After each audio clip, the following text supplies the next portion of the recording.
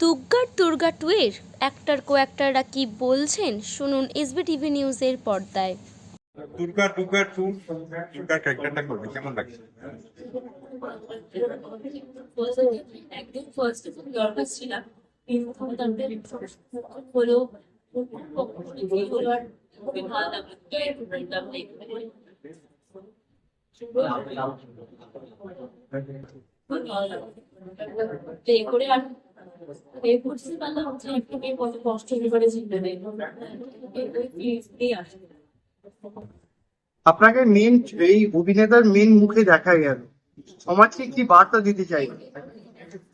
আমি চাই যে যে এরকম যে এরকম যে ছেলেদের ক্যারেক্টারগুলো আছে, এরকম টাইপ অফ যারা মেয়েদেরকে যেখানে দেখে লাইক করে মানে কথা পাল্টায়, সেরকম নিজের মা বোনদের সাথে আপনারা এরকম করে, সব মেয়েদেরকে ওরকম নজরেই দেখুন না। মেয়েরা ছুটি আমার রাস্তায় বেরোলো, তাদেরকেই বলবে তোমরা কেন ছুটি আমার করে বেরিয়েছো, ছেলেদেরকে বলবে যে তোমরা কেন মেয়েদেরকে উল্টো পাল্টা কথা দিচ্ছ, তাদেরকে পাবে না, যা দোষ মেয়েদেরই হবে। সবসময় পসিবল হয় না। আপনার নাম? আমার নাম শান্তি। কোন ক্লাসে পড়ো? আমি 6th grade-এ পড়ি, বিডিএম ইন্টারন্যাশনাল স্কুল। এই বয়সে যে এরকম চরিত্রটা যখন তোমার কাছে রিলেটেড করলো, যখন তোমাকে বললো, তখন তোমার মধ্যে কিভাবে কাজ করবে যে এই রোলটাকে আমি করবো বা কেন এবার করবো, এটা হঠাৎ করে কি ভাবনা করবে? এলো কেন কি যে এই দুটি মহিলারা আছে বা মেয়েরা আছে বা বাচ্চারা আছে, আমার মনে ফার্স্ট এটা এলো যে আমি তাদেরকে রিপ্রেজেন্ট করতে চাই। আমার ফার্স্ট মনে এটা এলো, আমি ভাবলাম যে এমনি যে যান আমি প্রথম কি আপনি শুনেছিলেন গল্পটা, স্টোরিটা কি শুনেছিলেন? হ্যাঁ, আমাকে এই স্টোরিটা করে পাঠানো হয়েছিল, সেটা পড়েই ফিল করলাম। মাঝে মাঝে টিভি দেখতে দেখতেই হয়তো আমি নিজেকে ফিল করতে শুরু করলাম, ক্যারেক্টারের মধ্যে ঢোকানো শুরু করলাম, এরকম করে গেছিল। নামটা একটু বলুন। হ্যাঁ, নামটা একটু বলুন। আমার না শান্তি দেই। দুর্গা দুর্গা টু এর দুর্গার নিয়ে বেসিক্যালি আমরা যেটা ফার্স্টে স্টার্ট করেছিলাম, আমার ছিল দীপিকা, তার সঙ্গে এমওইর এদের ফার্স্ট মানে জিনিসটাকে ভাবনা চিন্তা স্টার্ট। তারপর আস্তে আস্তে আমি তার সঙ্গে যুক্ত হই, নতুন ব্লেসিংস আমার কোম্পানি, তার সঙ্গে সৌরভ মিস্ত্রি, আমরা তিনজন নিয়ে বেসিক্যালি প্রোডাক্টটাকে রেডি করার চেষ্টা করি। এখানে মানে বেসিক্যালি যাদেরকে আপনারা ক্যামেরার সামনে দেখতে পাবেন, তারাও কিন্তু আবার পরে ক্যামেরা পছন্দ হয়।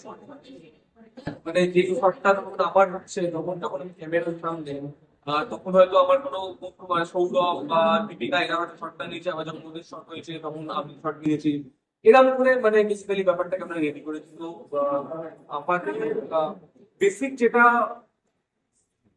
সমাজের কাছে মেসেজ ছিল যে কারণ কোনো প্রবৃত্তি কোনো অ্যাটিটিউডে যাতে কেউ প্রভোগ হয়ে গিয়ে তার নিজের ক্যারেক্টারটা না ছিল।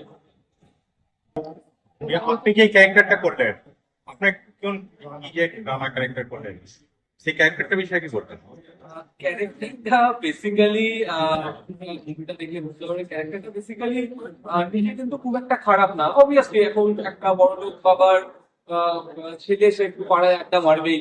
এখন সবাই এখন তো আস্তে আস্তে আড্ডা উঠে যাচ্ছে, কিন্তু তার আড্ডা মারবে, সে একটুখানি মেয়েদের দিকে তাকাবে, এগুলো তো ছোট থেকে আমরা দেখেই আসছি, ঠিক আছে। কিন্তু এই যে একটা চরম একটা ব্যাপার যে যে আমি আমাকে মানে ইগো হার্ট করেছে বলে আমি তার এই রেট বা এই জিনিসগুলো, যে এই জিনিসটা যে তার মাথায় ঢোকানো হচ্ছে, তো আমরা দেখা ভেবেছিলাম যে এই জিনিসটাকে দেখাবো যে মাঝে মাঝে মানুষ না চাইতেও হয়তো অনেকে প্রভোকেশনে গিয়ে কোনো ভুলভাল করে ফেলে। তো ক্যারেক্টারটা করতে গিয়ে আমার খারাপ লাগেনি, আমার ভালোই লেগেছে। তো অবশ্যই একটা নেগেটিভ ক্যারেক্টার, বাট আমার মনে হয় যে লুকের ক্যারেক্টারটা কতদিন লাগলো শুট করতে, কোথায়? আমাদের শুটটা টোটাল আমরা খুব কম টাইমে করেছি। শুটটা আমাদের 4 দিন শুট হয়েছে। হ্যাঁ, 4 দিন আমরা কমপ্লিট করে দিয়েছি। মানে মূলত এই যে আপনারা শুটটা করেছেন, এটা কোন মানে কোন কোন স্পটে গিয়ে করেছেন? নিশ্চয়ই আপনারা লোকালি করেছেন, নিশ্চয়ই কম বাজেটের মধ্যে এই মুভিটাকে আনার চেষ্টা করেছেন। যেহেতু বিগত দিনে আমরা অনেক শর্ট ফিল্ম দেখেছি, অনেক বড় বড় মুভি দেখেছি, সেখানে লক্ষ লক্ষাধিক টাকা ব্যয় করেও কিন্তু সেই মেসেজটা সমাজকে পৌঁছতে পারে না। তো আপনারা যেটা করেছেন উদ্যোগ নিয়ে, সেটা কত টাকা বাজেট করেছেন যদি একটু জানান। বেসিক্যালি আমরা যেহেতু সবাই একটা ওয়েডিং ইভেন্ট করি, আমাদের বেসিক ফটোগ্রাফি আর সিনেমাটোগ্রাফি সম্বন্ধে আমাদের একটা আইডিয়া আছে। তো আমরা এরকম প্রচুর শর্ট ফিল্ম আগে দেখেছি যেখানে হয়তো টাকা বেশি খরচা হয়নি, ঠিক আছে, কিন্তু লোকের কাছে মেসেজটা ঠিক গেছে বা কম্প্যাক্ট জায়গার মধ্যে কাজ হয়েছে। তো আমরা এই শুটটা করেছি বেসিক্যালি কুমারটুলি একটা জায়গা আছে, ওইখানে আমরা লোকেশন শুট করেছিলাম বিকজ আমরা একটা নর্থ কলকাতা বাইক দেখাতে গেছিলাম। তারপর আমাদের কিছু পার্ট বাকি ছিল, সেই পার্টটা আমরা উত্তরপাড়াতেই একটা জায়গাতে শুট করি। তো বেসিক্যালি মানে যেটা আপনারা সবাই জানেন যে মানে এইটা খুব একটা হাই বাজেট মুভি না, ঠিক আছে, আমরা আমাদের পকেট মানি সেভ করে যেটুকুনি করতে পেরেছি। তো আমাদের মনে হচ্ছে যে আমরা এই লোকেশনের মধ্যে ক্রিয়েট করে দিতে পারবো। সমাজের বুকে কি বার্তা দিতে এলেন এই movie থেকে?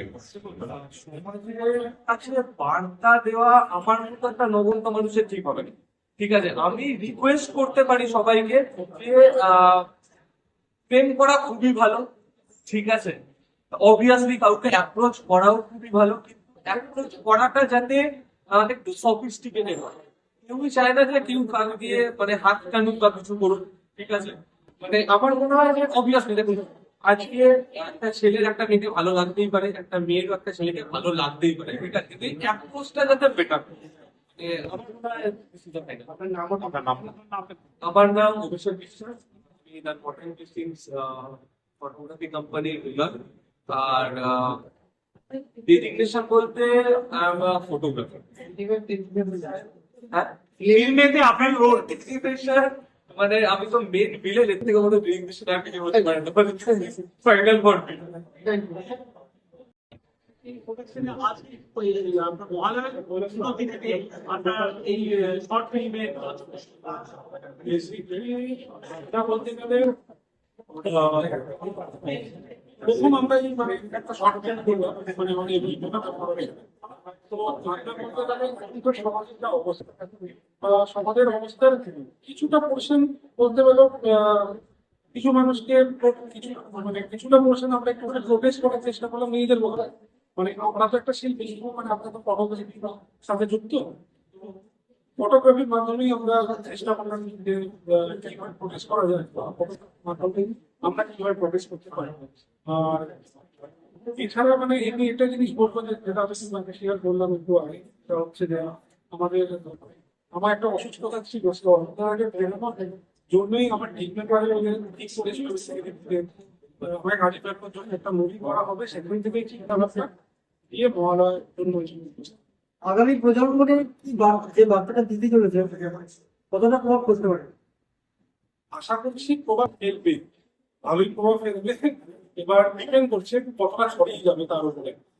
আমি একটাই খালি কথা বলবো, শেষে আমার পড়ার একটা কিছু ওয়ার্ড আছে, তাই যে আমার মতে একটাই জিনিস বলে কি, যে কোনো পুরুষ বা যে কোনো মহিলা আমরা কাউকে পার্টিকুলারলি বা কাউকে পয়েন্ট আউট করে বলতে পারি না যে পুরুষ জাতিটা খারাপ বা মানুষের মধ্যে পুরুষ বা মহিলা খারাপ।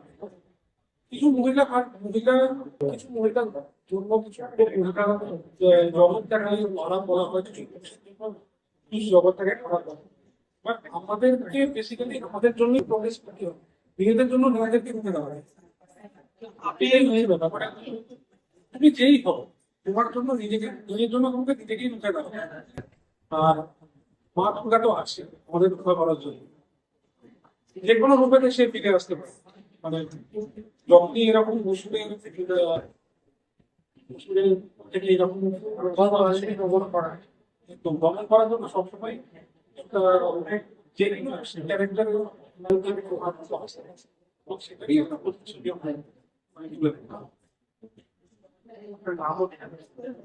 আমার নাম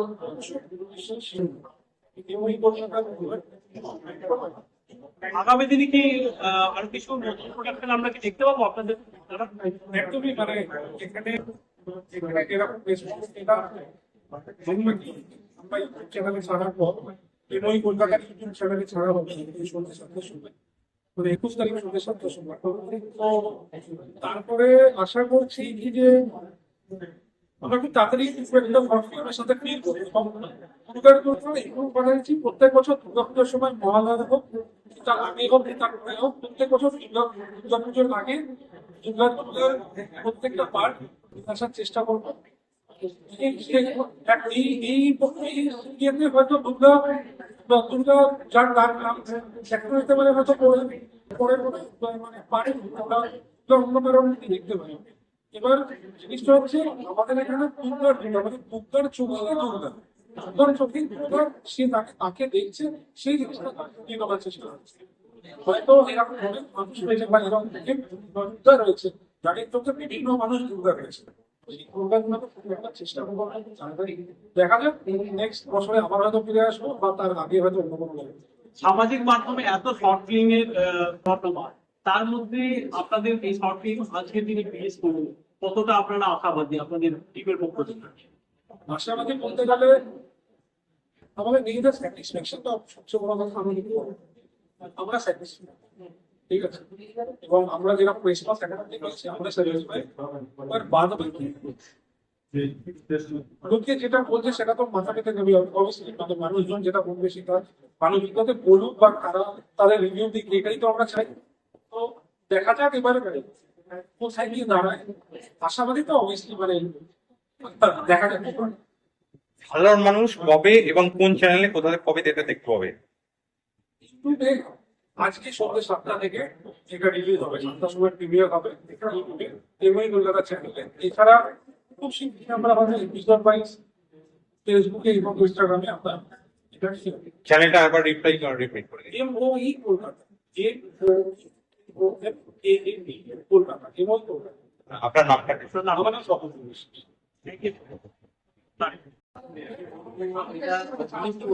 অনেক দেখছে বা দেখবে, তারাই বলুক কেমন কি হয়েছে। আমি চেষ্টা করেছি আমার কাজ করা, এর আগে হয়তো দু একটা কিছু ছোট কাজ করেছি যেটা আমার চ্যানেলে অলরেডি আছে, সৌরদীপ্তি। এটা এখন কোলাবোরেশনের তিনটে কোম্পানি নিয়ে আশা করা যায় ভালোই দেখেছে সবাই, যারা প্রিমিয়ারে এসেছে ভালো লাগবে যারা। এবং কতদিন ধরে এই শুটিংটা হয়েছে? খুব শর্ট টাইমে হয়েছে, আমাদের 3-4 দিনের মধ্যে কমপ্লিট করতে হয়েছে, কারণ আমাদের রিলিজ ডেটটা খুব শর্ট ছিল, আমাদের সময় পেল। তারপরে তাড়াহুড়ো করে যতটা দেখেছি ততটা আমরা চেষ্টা করেছি। কতগুলো ক্যামেরার কাজ আমরা দেখতেছি, দেখলাম অনেকগুলো শটে অনেকগুলো পার্টে নেওয়া হয়েছে। গেমবালের শট ছিল, কিন্তু মানে কটা ক্যামেরা শট হয়েছে? অ্যাকচুয়ালি শর্ট মানে 3টে ক্যামেরা দিয়ে আমরা শুটিং করতে হয়েছে, তিনটে মানুষ ছিল, তো তারাও ভালো কাজ করেছে, আমার ভালো লেগেছে। আপনার নাম? আমার নাম সুমন। Thank you. স্টোরিটা আপনি ভাবলেন, প্রথম ভাবনাটা কিভাবে এলো? ভাবনা বলতে যেটা মানুষ দেখে সেখান থেকে ভাবনা আসে। আমরাও প্রেজেন্ট ডেতে এরকম কিছু আমরা এখন খুব সচরাচরই শুনতে পাই। মানে কিছুদিন আগেও আমি শুনলাম একটা গ্রামে এরকম এসে কলকাতায় তো হয়ে রয়েছে, তো সেখান থেকেই কিছু ভাবনা চিন্তা আসছে। প্লাস আর যে ভিলেনটার যে লাস্টে যেটা দেখানো হলো, তো সেটা পুরোপুরি আমার পার্সোনাল মজা, এদের সাথে এরকম করা উচিত। তো সেখান থেকে আমার ভাবনা চিন্তা। আপনার কতদিন সময় লেগেছিল এই গল্পটা ভাবতে এবং লিখেছেন? গল্পটা ভাবতে সেরকম না, এটা জাস্ট আমার একটা থিঙ্কিং ছিল। যখন দেখলাম দাদার শরীর খারাপ, আমাদের কিছু একটা করে ব্যাক করাতে হবে, তো আমি ওই 1 মাসই গল্প নিয়ে ভাবনা চিন্তা করেছি, যতদিন বলতে গেছি। সেখান থেকে আমার কোনো কিছু না, কেউ যদি কিছু চায় তাহলে করতে পারে। Thank you. আপনার নাম? দীপিকা সাহা। Thank you.